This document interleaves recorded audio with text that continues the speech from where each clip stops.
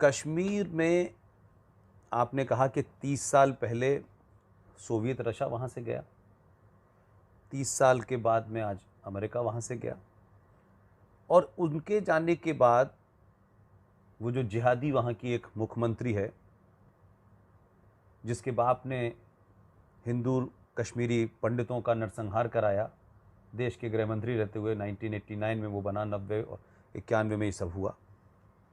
उसने पहले दिन ही ये कमेंट कर दिया था कि देखिए तालिबानों ने अमेरिका जैसी ताकत को भगा दिया है, तो हिंदुस्तान की हुकूमत इसको ध्यान रखे। ये उसका मैसेज था।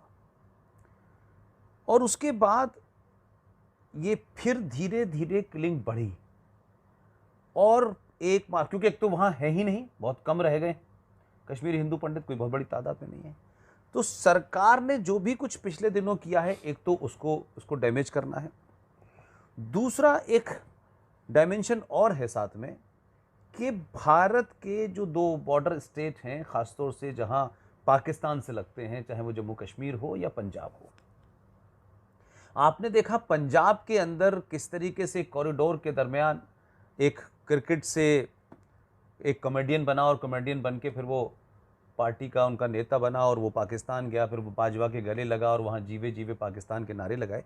वो तमाम सारी चीज़ें हुई, वापस आया। वो आदमी किस तरीके से पाकिस्तान के अंदर लोग ऐसे बैठे हुए हैं कि वो आदमी जो इस पॉलिटिक्स के अंदर सबसे बड़ा कॉमेडियन था, उसको उन्होंने देश की सबसे पुरानी पार्टी के उस राज्य के अंदर ऐसा प्लांट किया कि वो मुख्यमंत्री नहीं तो कम से कम कांग्रेस पार्टी का अध्यक्ष बनने में कामयाब हो गया।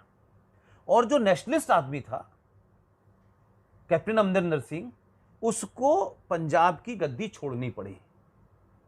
मेरा सिर्फ इतना कहना है कि दो स्टेट, दोनों में पाकिस्तान की आईएसआई सक्रिय है, और ये कांग्रेस के बहुत सारे नेताओं ने भी कहा कि आईएसआई जो है बड़ी खुश होगी अगर इस तरीके के हालात हैं। इसमें बहुत सारे लोगों ने बोला, कांग्रेसियों को समझ में आया कि कहते कि ये हट। लेकिन मैं ये कह रहा हूं कि कश्मीर में इस्लाम परस्त ताकतें पहले से मौजूद हैं, सिस्टम में मौजूद हैं। यहां भी वही हो रहा है और पंजाब में भी हो रहा है। पंजाब में पूरी तरीके से पॉलिटिकल सिस्टम चेंज कर दिया पाकिस्तान ने, बैठे बैठे एंटी इंडिया फोर्सेस को ताकत दी, और यहां पर सरकार की तमाम कोशिशों को वो डैमेज कर रहे हैं। सवाल सबसे बड़ा यह है कि इससे निपटने के लिए हम ये टुकड़ों में जो हम कर रहे हैं, दो को आगे बढ़ाया, तीन को पीछे कर दिया, फिर दो में से उन्हीं चार डकैतों में से न किसी को हम लेके आते हैं।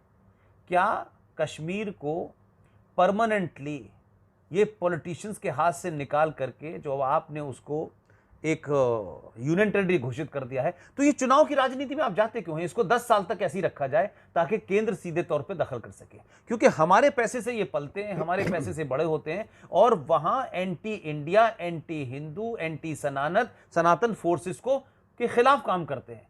इसका सोल्यूशन सरकार को अगर मैं कहूं कि आप 2-4 लाइन में कोई सोल्यूशन बता सकें, कोई रास्ता बता सकें, कोई सलाह दे सकें, वो क्या देंगे? क्योंकि सरकार को भी सारी चीजें पता है। तो तमाम सारी चीजें कहने के लिए होती हैं कि सबका साथ, सबका विकास और कश्मीरियत और जमहूरियत, लेकिन ये कश्मीरियत जमहूरियत की सबसे ज्यादा कीमत हिंदू, कश्मीरी पंडित और सिख दे रहे हैं।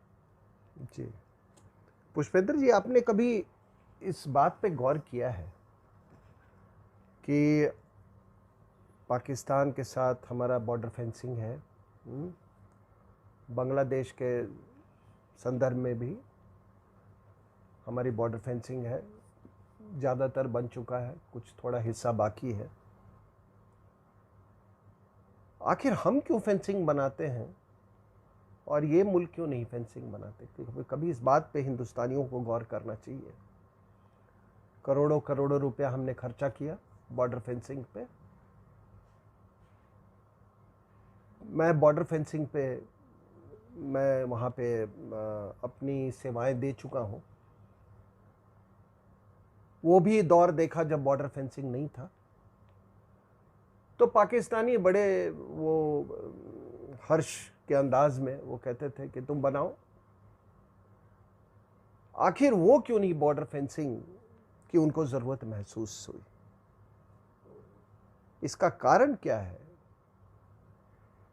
कि उन्हें इस बात का इत्मीनान था कि वो हिंदुस्तान में प्रॉक्सीज, क्रिएट करते रहेंगे। वो उनकी क्षमता प्रॉक्सीज एजेंट्स बनाने में हमेशा कभी वो कम नहीं होगी, क्योंकि उनका जो मजहबी रिश्ता ऐसा है कि इस बात का उनको बिल्कुल भरोसा था, इसीलिए वो फेंसिंग पर उनको कोई फर्क नहीं पड़ता था। लेकिन आपकी ऐसी कोई क्षमता नहीं थी और आपके पास ये क्षमता नहीं है कि आप उस तरीके से मजहब के नाम पे कुछ इस तरह की कॉन्स्टिट्यूएंसी तैयार कर सकें। एक वो देश जो आप उसे दुश्मन कह लें या अंग्रेजी में इनिमिकल कह लें, जो भी है आप उसको कह लें, तो वो अपने क्षमता पर इतना भरोसा रखता है कि हम प्रॉक्सीज कश्मीर में भी हम कर सकते हैं, हम भारत की राजनीति में भी कर सकते हैं, हम पंजाब की राजनीति में कर सकते हैं। ये जितने इस्टेब्लिशमेंट्स हैं, जिस तरह से वो बिक गया Mohib, national security adviser Afghanistan का, यहां पर बहुत सारे लोग बिकने वाले हैं और बिके हुए दिखते हैं। मिसाल के तौर पे अभी तमाम आपने इंडिया टुडे का पूरा एक अभी जो लेटेस्ट संस्करण जो है एडिशन है, उसमें आपने देखा होगा कि एक बड़ी अच्छी इन्वेस्टिगेटिव जर्नलिज्म है कि किस तरह से तालिबान के आने के बाद किस तरह से ड्रग ट्रैफिकिंग में एक उत्थान आया है।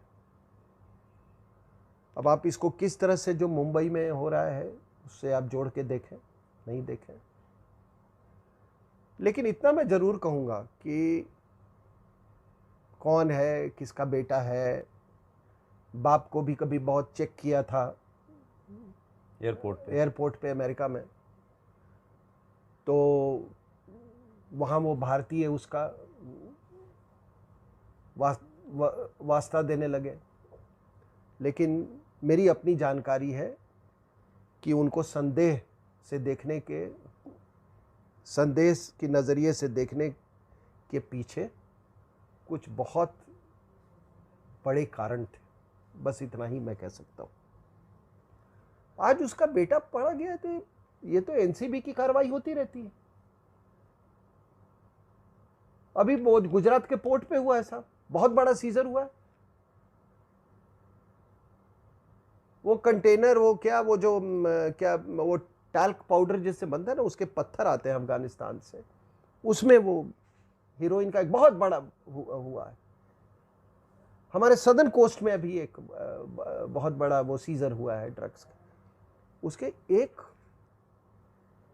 एक्टर का बेटा है, तो क्यों भाई, तो ये खान का बेटा है। आपको ये भी बात बता दूं, ये मैं बोलने पे मजबूर होता हूँ ये चीज़ें, कि ये भी एक बहुत बड़ा फ्रॉड है साहब, ये टाइटल जो है Khan. Do you know that Khan is not an Islamic title? या ये मंगोलियन से लिया गया है इन्होंने। तो मंगोलियन शायद ने वो चंगेज खान ने शायद इतना मारा होगा कि उनको लगता होगा कि जो भी खान है वो बहुत मतलब बहादुर आदमी होता है, तो इन्होंने ये खान, ये this is typical to our subcontinent. तो जितने भी उल्टे सीधे लोग जितने कन्वर्ट किया ना इस्लाम में, वो सब खान बन गए। आप समझ रहे हैं? तो ये उर्दू की तरह ये भी एक बहुत बड़ा फ्रॉड है हमारे। करेक्ट। ठीक है, तो चलो उस खान के बेटे ने जो भी किया, मैं उस पर नहीं कह रहा हूं, लेकिन एक मंत्री, उसको ऐसे लग रहा है जैसे नानी मर गई है उसकी, वो इस तरह से बचाव में आ रहा है।